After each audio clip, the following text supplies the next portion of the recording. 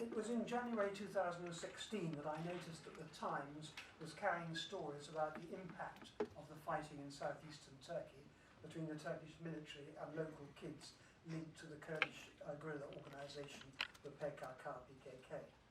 I was very struck by the vividness of the language used. One story that appeared in the paper on the 23rd of January 2016 was written from Silopi in Shirnak province, close to both the Iraq and the Syrian borders. After the Turkish state had regained control of the town, and I quote from the piece, "The neighbourhood where Pakiza Nair died was never the smart end of town, but now death permeates the air. The mud track where Miss Nair and her 3 friends were shot and lay dead for 12 hours is strewn with masonry. The carcass of a cow lies rotting on a patch of scrub land nearby." Silopi is a place, the writer explained, where smuggling, poverty and militancy come together in a poisonous triangle. After 36 days on a military lockdown, more than 7,000 homes have been damaged by tank fire and controlled explosions. At least 27 civilians died during the curfew. Now, the stench of death also hung in the air a few months later, in March 2016, when the same reporter joined thousands of local Kurds returning to the nearby town of Cizre, which they'd abandoned more than 11 weeks earlier to avoid a Turkish military operation and curfew.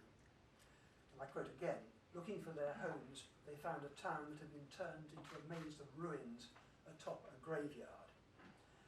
Now, the reporter, Hannah Lucinda Smith, is the Times correspondent in Istanbul, and we're delighted and honoured to welcome her here this evening.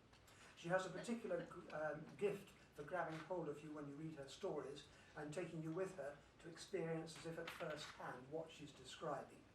And that's just as true of her book, which is published this week. Erdogan Rising, The Battle for the Soul of Turkey, does just what it says on the cover. But its strength is the extent, I think, to which she brings to life an extraordinary range of voices, the political leaders, opposition figures, officials, journalists. But she always includes what broadcast journalists call real people. They're the ones who will tell you why they voted for the ruling AK Party and for President Erdogan, and why they didn't, why they love him or why they detest him. So when you've read the book, and it is very readable, you'll feel that you've got as close to a first-hand understanding of Turkey's political reality as you can get without actually going and working as a correspondent there yourself. Now, I should stress that this is the book. It's on sale here. It's a mere £20, but apparently cash only. Maybe Tires has a reputation. The usual thing on these occasions is now for me to recite a chronological curriculum vitae of the speaker. I'm not going to do that because I want Hannah to tell you directly herself how she became a reporter in Turkey. I think that's important to understanding her style of writing and the perspective she brings to her work. She wants to keep this session as informal and relaxed as possible, so I'll be starting by putting some of my questions to her for about 35 minutes or so, and then we'll open up the discussion to questions and comments from you. We have this lecture theatre until 9 p.m, so I'll now go over to Hannah and start the process from here. Please let us know if you can't hear either of us speaking clearly. Now, Hannah, you started journalism, I know, working on the Dispatches programme for Channel 4 in Manchester, and then you moved to the BBC Panorama programme. But how did you get from there to Turkey? So I really wanted to write, even though I'd started my journalism career in television. I always wanted to be a writer, and I always wanted to be a foreign correspondent, actually. The events that made really big impressions on me when I was growing up were things like the Berlin Wall coming down, the wars in Yugoslavia in the 1990s. And I realised pretty quickly when I was working in television that journalism's basically a series of closed shops. So even though I was working on dispatches and doing quite high-profile stories as a producer, I found it very, very hard to convince editors on foreign programmes or editors in newspapers that they should give me a job or take some work from me. So eventually I was given a really good piece of advice by by somebody that I know in television, and he said, if you want to be a foreign correspondent, you have to just be a foreign correspondent. So basically, you just have to go to where the story is and start writing it. And at that time, sort of early 2013, the story was Syria. And I'd actually been to Syria in 2011 at the start of the uprising against Assad. I'd seen some of the kind of early unrest in that country. And I really wanted to go back and report from there again.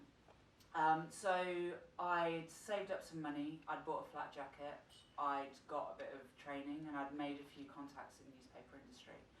And in early 2013, I went to southern Turkey and I crossed the border into rebel-held Syria.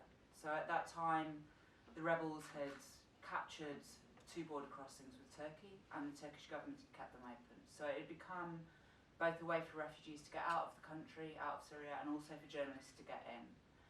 And so that's how I came to Turkey. I never actually had any kind of, I wouldn't say not interest, but I had never had any thoughts or desires to become a Turkey correspondent. My interest was to go and live in southern Turkey and cross in and out of Syria and report on the war there. And that's what I did for the majority of 2013. But over that time, Syria became more and more dangerous, not just because of the war that was going on and Assad's heavy bombardment of places like Aleppo, but also because of the growth of extremism in the rebel-controlled areas. Journalists had started going missing. At that time, we didn't really know exactly what was going on. We still thought that perhaps they had been taken by Assad's forces and were being held in Damascus. But gradually it became pretty clear that there were criminal gangs and Islamist gangs operating in that part of Syria, and it became almost impossible to work there.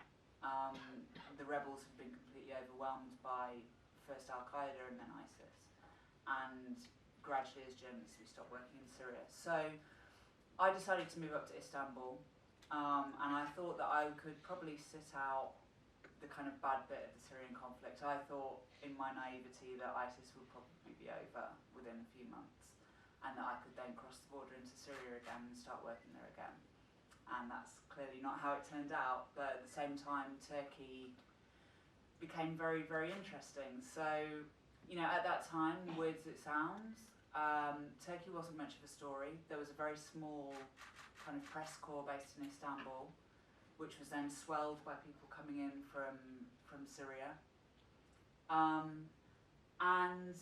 So I happened to be based in Istanbul and waiting for something to happen when things did start happening. So that's how I came to start reporting on Turkey. Right.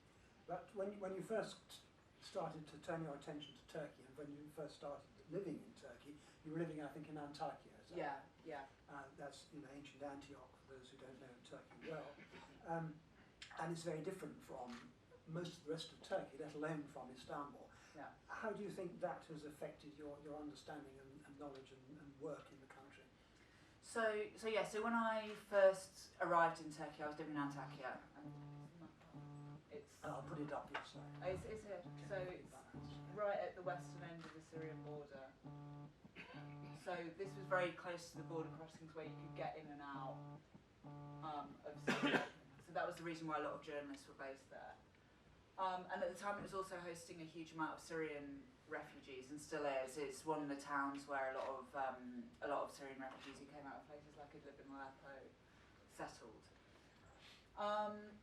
So there was something quite interesting, I think. So there were a lot of journalists based there at that time, many of whom had also covered the uprisings in Egypt, in Tunisia, in Libya, and then in Syria. And while I was living in Antakya, I think the first big Turkish news story was the Gezi Park protests in May of 2013. So I was still living in Antakya at that time. And what was, I think, quite interesting was that for all of us who had come to Turkey on the back of stories to do with the Arab Spring, in a weird way, it didn't really look that bad when Erdogan and the Turkish police were using tear gas in Gezi Park, because what we were witnessing was live rounds being fired on demonstrators. And I remember there were quite a lot of debates at that time between journalists like me who had just arrived in Turkey and who were mainly focused on the Arab Spring, and the press corps who had been in Istanbul for a long time, maybe since the kind of mid-2000s, who were horrified, rightly, at what was happening in Gezi. Whereas we were saying, well, actually, it's not that bad. It could be far worse. And I think, definitely my view on Turkey was definitely coloured by that, and also I think by the fact that most of the people that I was talking to and most of the people that I was socialising with were Syrians at that time, who were incredibly grateful to Erdogan. Actually, there weren't many places where in fact, there weren't any places where they could live as well and as freely as in Turkey. If you're a Syrian who had gone to Lebanon or to Jordan, you were pretty much forced to live in a fairly dire camp. Whereas in Turkey, you could live openly in the cities, or there were some very high quality camps that the Turkish government had provided.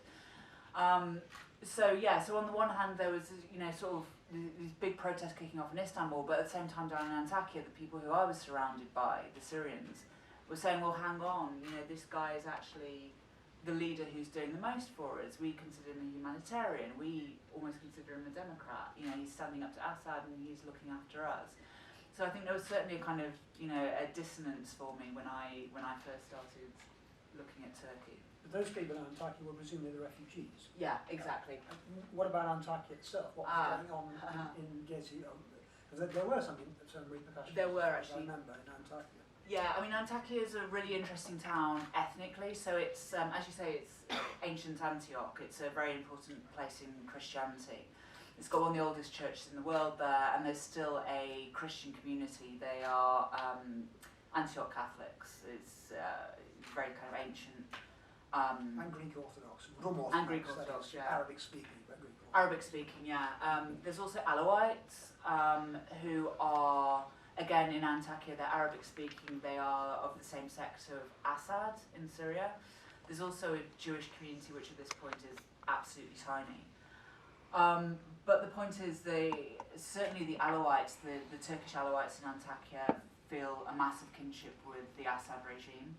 And certainly the Christians, how can I put this, they're not overwhelmingly happy with the idea of a kind of Islamist rebellion in Syria. And in those early days, I think either the central Turkish government or the local government in Hatay province, which is the province that Antakya sits in, quite early on decided that they were going to really limit the number of Syrian refugees that they were going to have in that province, and the bulk of the refugee movement moved east along the borders to Gaziantep, which culturally is a Sunni place. It's quite conservative and far more similar culturally to the Syrians who are coming across the border.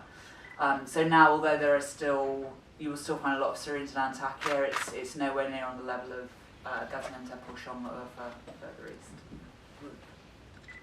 Well, thank you.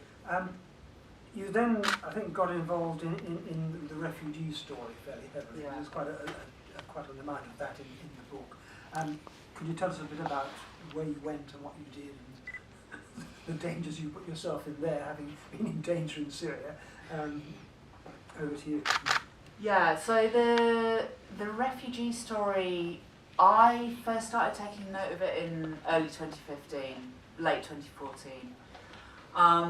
So a lot of Syrians who are friends with started to sort of talk about going to Europe, and started talking about how there were various Facebook groups and WhatsApp groups that if you were Syrian you could message and they would say, come to this place and give this amount of money to this person and you can get on a boat. And I was hearing this more and more and more and more. And yeah, I first met with a people smuggling agent in, I think, January 2015. And at that time, the route was going from Mersin, which is just there above Cyprus, to Italy. So what the people smugglers would do is they would put people in small boats in Mersin. They would take them into international waters, and then they would have bought big boats that could take about 600 people, and they would transfer all the people from these small boats and put them on this big boat, and there would be maybe one experienced boat captain on there, and they would just set a course for Italy and just go, and it would take them about a week to get there, and the boat would then pretty much crash into the Italian shore and everyone would be really hungry and dehydrated, and the Italians would take them in. But then this was happening more and more and more, and the Italians and the EU were getting really annoyed with it, and they sort of realised that these people were coming from Mersin, and the Turkish authorities started cracking down. So then what happened in the spring of 2015 was it all moved northwest to the Aegean coast. So you can see, you can see around Izmir and Bodrum and these places, all these islands that you can see off the coast are Greece. None of them are Turkey. And you can see how close they are. Like in the closest one, Samos, is like a kilometre away at its nearest point. Like you literally stand there and you can see the people on the Greek shore. So what happened was the smugglers moved their route up to there. And of course, when the distances are that short, you don't need a big boat. You just buy a rubber dinghy and you stuff as many people on it as you can, and you go. And this was the start of what then happened in 2015, the refugee crisis. I think by kind of June that year, there were literally thousands of people landing on islands like Samos and Lesbos, particularly, every single day. And the price, yeah, I mean, when they were going from Mersin, the price was about between sort of 5,000 and 10,000 euros per person, so obviously prohibitive. When they moved north, then it dropped down to between sort of 700 and 1,000 euros. So still expensive, still a lot of money, but obviously opened it up to a lot more people. So that was where the kind of swell started. What else would you like to know? What would you like to discuss about the refugees? There's a section you had, I think, on Turgut Reis, which I found quite interesting, because that's on the Bodrum Peninsula. It's one of the most sort of swish resorts in Turkey. And yet there was a refugee crisis going on there, and people trying to leave from there to get principally to Kos. Kos, yeah. So Turgut Reis was, it's on the Bodrum Peninsula. Sure exactly where it is. And at any point, but we'll move on from this in a moment anyways. Now Bodrum is here. Yeah. Oh yeah, you can see it there. So yeah, so actually... Bodrum is there. This is Kos, I think, isn't it? Yeah. So I guess about, probably about 3 months into the real crisis, at this point where there were thousands and thousands of people going every day, I hooked up with a Channel 4 news crew. I knew the journalists who were working with them.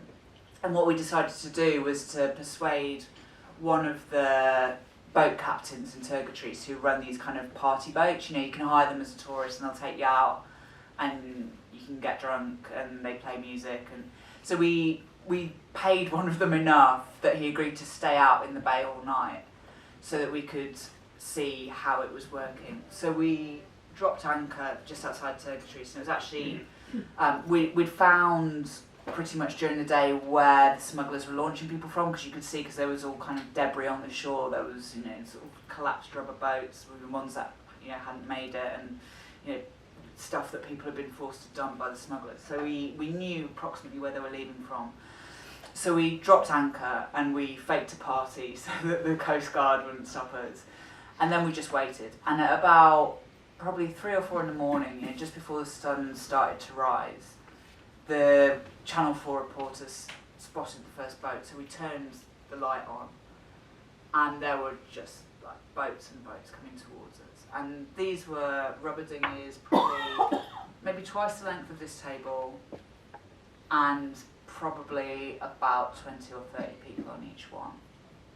And they were sinking. So we dropped anchor probably at most 200 metres from the shore, and they had a couple of miles to go, and they were already sinking by the time they got to us.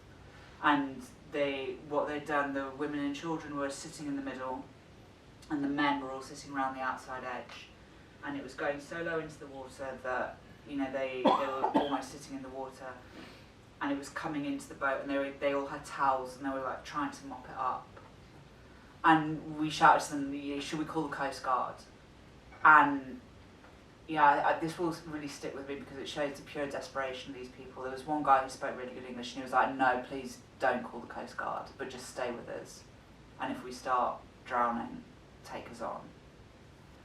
In the end, we did call the Coast Guard. We had to. They were thinking, but this was the reality of it. It's absolutely terrifying. And a lot of these people, they weren't just coming from Syria. They're also coming from places like Iraq and Afghanistan. They will never have seen the sea. This will have been the first time they saw the sea. And what I later found out from dozens of interviews that I did with people who had then managed to get to Greece and were on the next part of the journey was, these smugglers who were organising the trade, who, when I interviewed them, described themselves as humanitarians, taking people to Europe. What the refugees told me was that these people would often force them to the water by gunpoint, force them into the boats by gunpoint, because when people saw the boats and realised, what conditions they were going to be sailing in, they clearly, didn't want to get on, and often they were forced on by gunpoint. So, yeah, this was a brutal industry that I think, the headlines, in the right-wing press focused on an invasion of Europe, and in the left-wing press just sort of looked at people arriving in Greece. But I think, not many people really saw the reality of that journey across the sea. It was something quite terrifying. Thanks. The book's title, Erdogan Rising, Battle for the Soul of Turkey, very much pinned, obviously, on the current president. It's an unusual approach that you take for a book on Turkey and its political life. There's a considerable amount of quite hard analysis within the book, but the way you write it is quite informal. You say that there's a vague chronology to the story, as you put it, but Turkey, you say, never makes sense on a single timeline, and so the book moves around into different times as you go through it. But I particularly liked the opening to chapter 1, which is entitled Turkey's Two Tribes. Most commentators point out that Erdogan has effectively divided the country into two, with recent general election results seeing him win around 50% of the vote. But you get this point across by describing two very different ways in which in 2017, the first anniversary of the coup the previous year, the July 2016 abortive coup d'etat, how that was marked in Istanbul. First of all, you talk about the procession led by Recep Tayyip Erdogan to unveil a memorial to those Turks who died when they came out onto the streets to join the cries to protest and to frustrate the coup attempt. And they're now revered, the ones who died, as the 15th of July martyrs. And the bridge where they confronted soldiers has been renamed in their honour. That event, that anniversary, showed Erdogan very much as the star of the show, as you write. But I was interested, you start by focusing here not on him, or not even on one of his supporters, but on the man selling flags, t-shirts and baseball caps to those at the event, and on what he has to say, which is extremely interesting.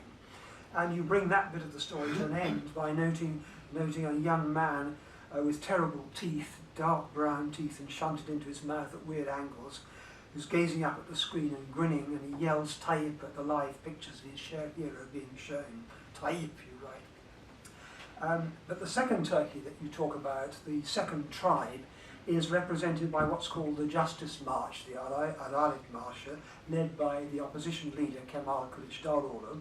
That took place, or at least it ended, in Istanbul a week before. He just led a march 280 miles from Ankara, the capital, to Istanbul to protest against the numbers of people arrested, detained and imprisoned in the aftermath of the coup attempt. But as you point out, the sellers' t-shirts and flags and so on don't have Kılıçdaroğlu's face on them, but they have the face of Mustafa Kemal Atatürk, the hero, as you say, to half the country. Now, he's been dead, as you write, for 81 years, but he's still, you say, Erdogan's biggest rival. And I was particularly struck by your analogy of Daphne du Maurier's Rebecca, and I was wondering if you could tell us about that. Yeah, I mean, Rebecca's one of my favourite books, and frankly, when I sort of first started really examining Erdogan and how he feels about Atatürk, it was very, very clear that he sort of feels much the same way as the narrator of Rebecca feels about her husband's dead first wife. He can't sort of quite get over how popular he still is, and You know, I always imagine him sort of throwing darts into a picture of him every evening. Yeah, I mean, I think maybe this is more about what a terrible state the opposition has been in for so many years, but they have not until very, very recently had any kind of leader who could come close to the charisma of Ataturk, even though Ataturk's dead. I mean, Kemal Kılıçdaroğlu, who is still the leader of the CHP, the Republican People's Party. He's a nice guy, and he's an intelligent guy, but he's not particularly inspiring. You know, he's not going to, you know, raise passions in the way that Erdogan can with his masses. And you know, like you say, like I write in the book, when you go to opposition events, it's the iconography of Ataturk that you still see, and you still really feel, you know, when I talk to many, many Turks, we almost talk about Ataturk as if he's still alive. Yeah. Well, thank you. I think at this point probably I should open it up to you to ask some questions, because I've been firing a whole load of questions at Hannah. Gentleman there. I'll ask a few more later as well. Yeah, thank you very, very much indeed. I've been taking a lot of notes. The name's Ewan Grant. I'm a former law enforcement intelligence analyst. I've worked in Turkey on European Commission border control and border assistance programs. I've seen the inefficiency of the EU, there we are, in tackling the unexpected and the out of the box. The first question really follows on from both of your last points. How do you think the anniversary, the centenary of the founding of the Republic is going to be handled by Erdogan and the opposition? And the second question is, does the US and the European countries, the EU countries and Britain individually and collectively, do they really understand the Turkish deep state? And is it effectively game over for Turkey as a NATO member? Is Turkey going to go with Russia or China, or play the two of them off? Thank you. So your first question is about 2023. So yeah, it would be the centenary of the founding of the Turkish Republic. Erdogan's been talking about it for a long time. He's been excited about it for a long time. You see signs in a lot of places saying Hedef 2023, target 2023, and he's set himself all kinds of targets. So one of them that I'm always looking into is he says that Turkey is going to be self-sufficient in defence manufacturing, which it's not. I mean, they're really trying. They're really putting a lot of money and effort into it. But to give you one example, I went to an arms fair in Istanbul a couple of years ago, and they had massive halls just dedicated to Turkish-produced weaponry. And there's one thing they were really proud of, is a drone that's produced by a company called Bayraktar, which is owned by one of Erdogan's son-in-laws. And they had it built as like Turkey's first domestically produced drone. And the guy was like, yeah, 94% of this is produced in Turkey. I was like, well, what's the 6% that's not? And he said the engine. So, so they've got a little way to go, I think. It's probably worth saying that Britain is helping them out, by the way. Theresa May in, was it early 2017 or 2018, came to Turkey and signed a £100 million deal to help Turkey develop jet engines. Was it 2016? It was her first visit. It was her first visit, exactly. She came straight from... She came in straight after the referendum. Yeah, exactly. So Britain's helping them out, which might explain why Britain doesn't talk particularly loudly about Turkey's human rights abuses. But the other thing that's coming up in 2023 is elections. If they run as scheduled, this is when the next parliamentary and presidential elections will be. It will be really, really unusual for Erdogan to not hold elections from now until then. So since I've been in Turkey in at the beginning of 2013, there's been 7 rounds of elections and a referendum. So I don't know how he's going to stop himself. He's addicted to elections. He's addicted to the show of it and going out on the road. So let's see. He can do it whenever he likes under the constitution, can't he? So He can, yeah. At any point he can dissolve Parliament and dissolve himself as president and rerun for election. Yeah, but the thing is, so under the constitution, he can only serve 2 terms. There is a proviso that would allow him to serve 3, which I can't remember what it is. So that would be the thing that he would risk if he called them early. Because at the moment, if it all runs to schedule and he wins again in 2023, then he'll be in post until 2028. Yeah, he would have been in power for. Yeah, and he'll be getting on by then. Yeah, exactly. Yeah. And what was the second question? Basically, is it game over re-NATO and will Turkey do? I would just say that there is a long story still very relevant today in Africa behind the capture of Öcalan in 1999. But NATO and whether they'll turn to Russia, China, or play Russia and China off against each other. I don't think Erdogan has the capability at this point to play Russia. I think it's the other way around. Russia, Putin's very clearly playing him, and what Putin's done really skillfully since 2016, since the coup attempt, is drive a wedge into the rift that was already there between Turkey, and has been there since before Erdogan. You know, it's never been an easy relationship. I don't think it will result in Turkey leaving NATO for the simple reason that Turkey is really, really important to NATO. Just geographically. I was speaking to a former US general a few months ago on this topic, and he said basically there's 3 lines of defence for NATO that are really important. There's the Dardanelles, there are the Aegean Islands, and then there's Crete. So if you take Turkey away, you've basically lost everything apart from Crete, right? So yeah, for that reason. Was that General Hodges? It was, yeah. Thought it might be. He's saying very interesting things. Yeah.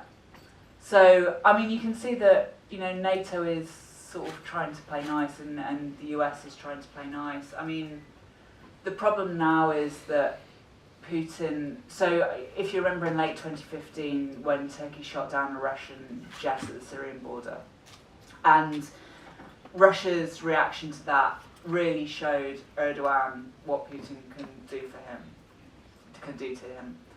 You know, the embargoes that they put on the Turkish economy, even though they were really limited, really, really damaged Turkey's economy.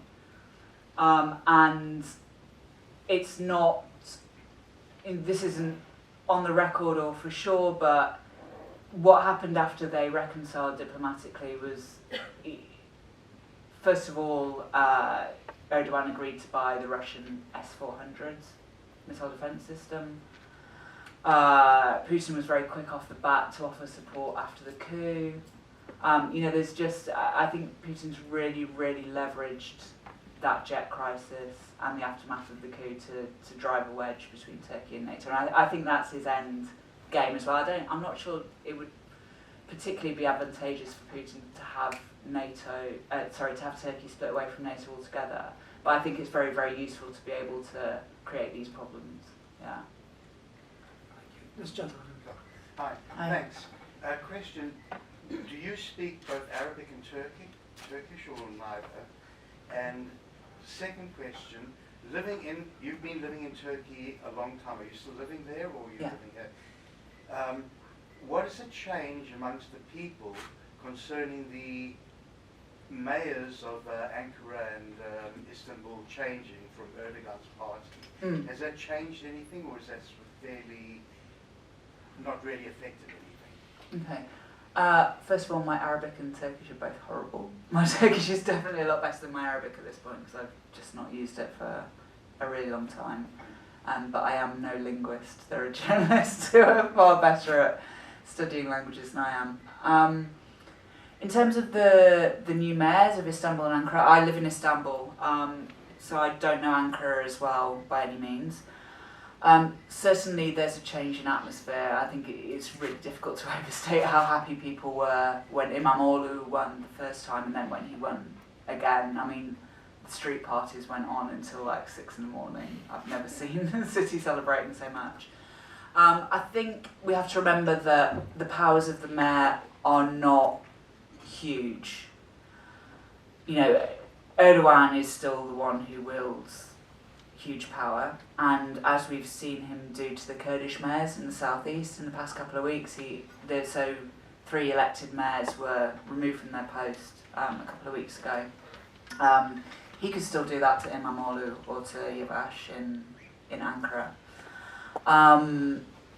But I think tangibly what İmamoğlu has started to do is really look into the spending at City Hall, and what he's already uncovered is just spending of absolutely millions of lira on these kind of religious foundations that have been set up by Erdogan's mates. You know, thousands, hundreds of thousands of liras being spent on dinners for AKP officials, these kinds of things. So, you know, I think if İmamoğlu is able to stay in position and cut off these kind of patronage networks that have been built up over the past quarter century, that's going to have a huge impact on how Erdogan keeps support from the business community. You know, this is a key way that he's managed to get the support of the business elites, is by handing out contracts, you know, city contracts and land and etc. So yeah, if İmamoğlu manages to stay in position and carry on untangling all that, I think it will have a big impact. It's quite a significant event, because you talk about Erdogan Rising, and that rising really started in 1994 when he became mayor of Istanbul, and he of course was thrown into jail in 1998-99. But Ertuğrul Günay, whom you quote at various points in your book, I think it was in 2013, in relation to some planning business, said that Erdogan has never really stopped being mayor of Istanbul, and in a sense it's been absolutely central to his thinking. I mean, do you agree with that? Totally. Yeah, totally. And now, of course, he has stopped being mayor of Istanbul because there's someone who's not one of his people and does what they're told. So if 1994 was the start of Erdogan Rising, is 2019 the start of the other direction? There was a point, I can't remember which page it was, page 189 of your book, where I noticed you had a little subheading called Erdogan's Descent, and I was wondering if this was the start of what might be the next volume, or what? I don't think I want to write about Erdogan anymore. I've thought about it enough.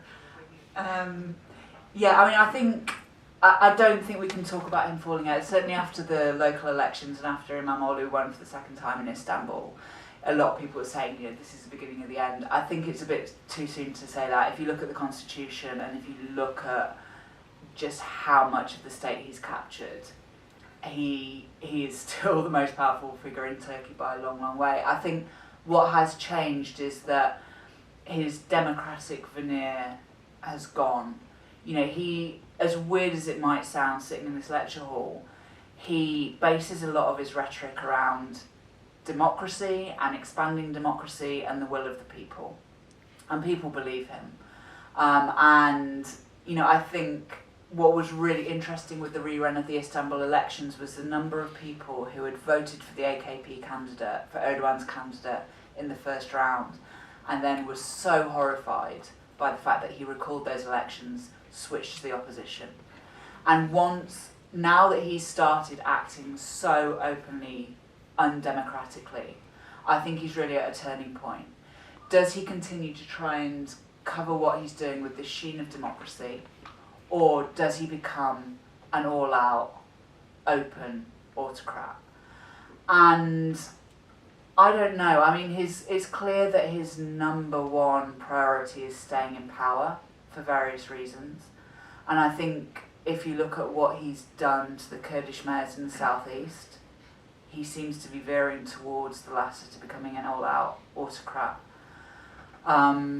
You know, and I think the opposition in Istanbul and Ankara have very, very cleverly, they did the right thing by going and supporting those Kurdish mayors, because I think they can see quite clearly that they could be next. That's in the last few days that Yeah. Imamoglu went to Diyarbakir and Yeah. basis and was criticised by Erdogan and some of his Of course. people for doing that. Yes, gentlemen in the back. I haven't obviously read your book, but are you kind of coupling Erdogan with Kemal Atatürk in a polarized way? This is your framework in your book. If this is the case, theoretically, how can we approach the other leaders, charismatic leaders like Stalin, Mao, maybe far away Tito, even Churchill in the United Kingdom, and his legacy has been continued maybe by Boris Johnson. In Russia, neo-Stalinism, for example, is iron core of Stalinist people. They cannot buy from other territories of the opposition.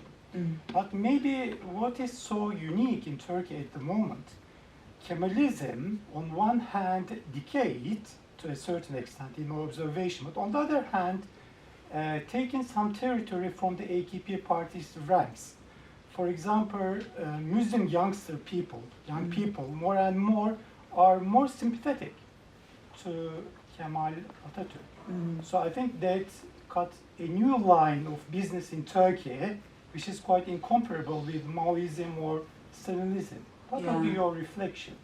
I think you're quite right, and I think it's not just young Muslim people. Even, one of my very, very good friends and long-term friends in Istanbul is from a very kind of leftist, liberal family. So they're the kind of people who are just against everyone. And I remember when I first arrived in Turkey and I was kind of fascinated by Ataturk, he would say, like, you don't understand, this guy was a dictator, you don't understand. And recently, in the past couple of years, he started saying, oh, actually, maybe he wasn't that bad. I think what's really interesting among what you would consider to be the AKP's constituency, so the more kind of pious Turks or people from pious families, is that anybody who remembers the pre-Erdogan era, so the era when women were not allowed to wear headscarves in the university, when the army was constantly stepping into politics. Syria with the PYD. It doesn't look as though the Americans would put up much of a fuss if Erdogan tries to take them out. But why hasn't that happened yet? And what do you think is going to happen? So they cut a deal quite recently. So in the past, sort of late August, the US and Turkey managed to cut a deal about a buffer zone along the border. They call it a safe zone, or sometimes a peace corridor. It's neither of those things. It's a buffer zone. So this is an area where the Turks and the US will patrol one bit, and then just the US will patrol another, and the Kurds will take their weapons back even further. So Erdogan says that's all they want, is they just don't want the PYD right at their border.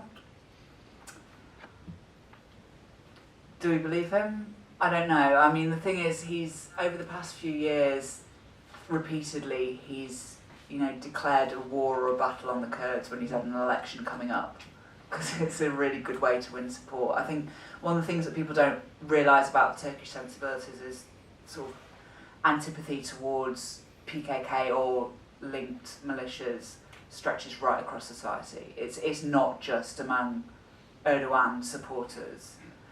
So it's been a really good tried and tested method for him over the past few years, to whenever there's an election coming up or whenever it looks like his support's faltering a bit, is to pick a fight with the Kurds in one way or another.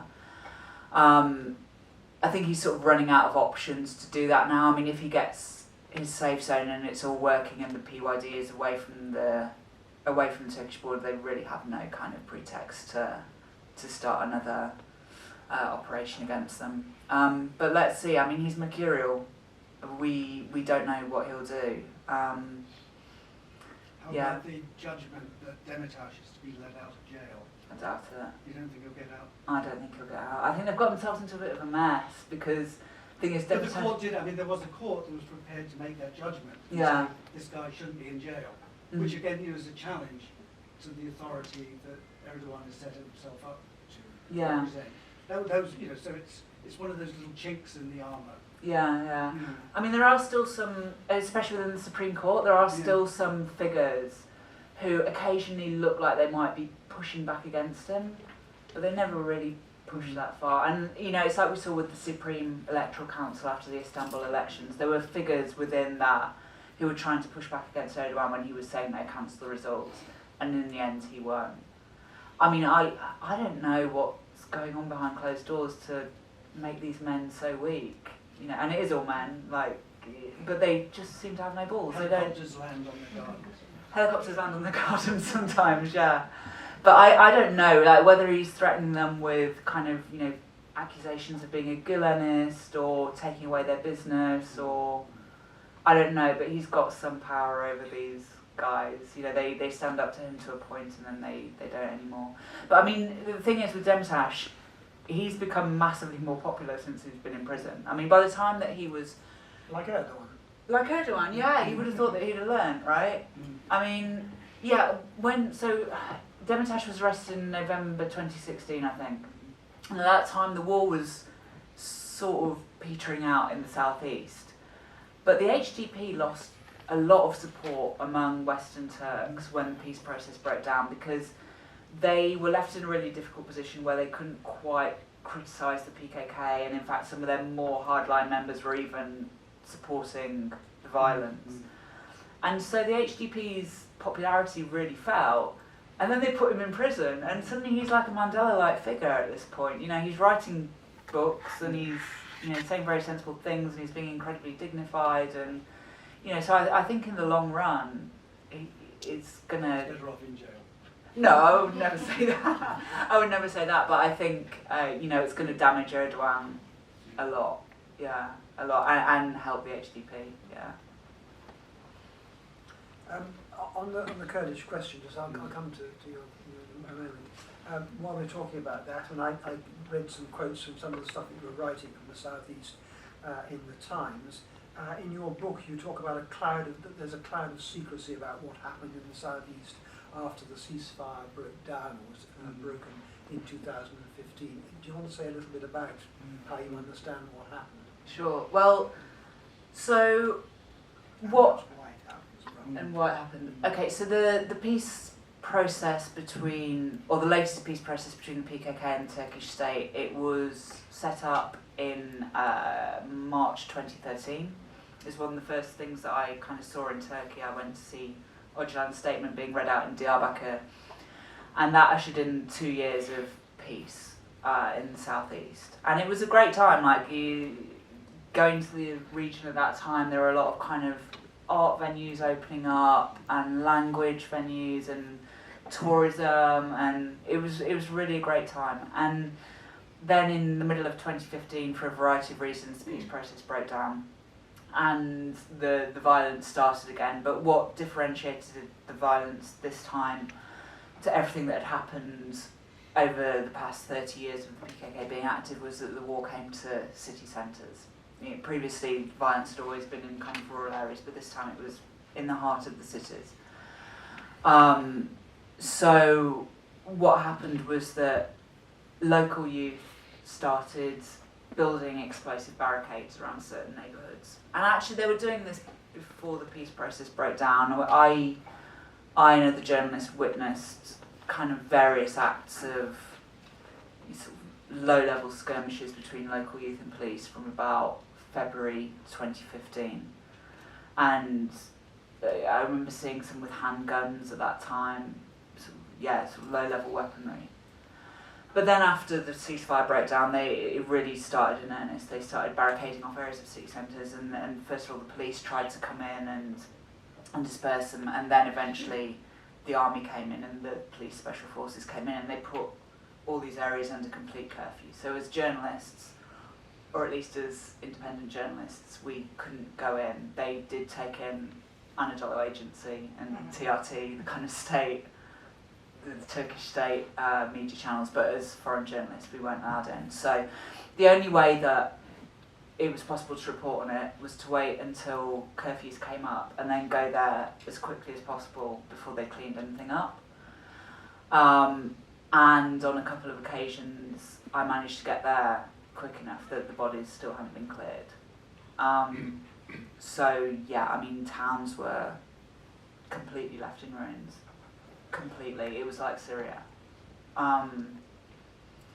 And in fact, even after the fighting had finished, what the Turkish state then did was come in with bulldozers and pull everything else down. So yeah, you had these kind of Stalingrad-like scenes, and then after a few months, just dead zones in the middle of city centres. What was your question? Well, it was really to talk a little bit about all that. I remember Ahmet Davutoğlu going to Diyarbakir and making a speech and saying that Sur, the historic centre of Diyarbakir city, we could build it like Toledo. Yes. Yeah. Extraordinary stuff. I was there a couple of weeks ago. It's not like Toledo. Yeah, it's still under. So this is the centre of Diyarbakir. This is the main Kurdish city. So Sur is. It was an amazing area actually. It's inside the old city walls, which I think are about. Okay, no, I don't want to say how old they are. They're really old. They were put under UNESCO protection, like literally about a month before the fighting broke out. And Sur is the neighbourhood in the middle, and it was really poor, and it was kind of like a rabbit warren. But it was amazing, and in the peace process time, there were a lot of like art cafes opening up and wine houses, and there's an old Armenian church that had been done up, and now it's just completely behind barricades. And I was in Diyarbakir a couple of weeks ago, and I managed to get up on top of a tall building and have a look at what they're doing, and they're building just kind of like villas, like just really bland. They look very expensive. I have no idea how any of the people who used to live there are going to afford it. It sounds like Surukule in Istanbul. There's the old Romani gypsy area of Istanbul where they levelled it and then they built these sort of rather sort of old style looking, very modern villas.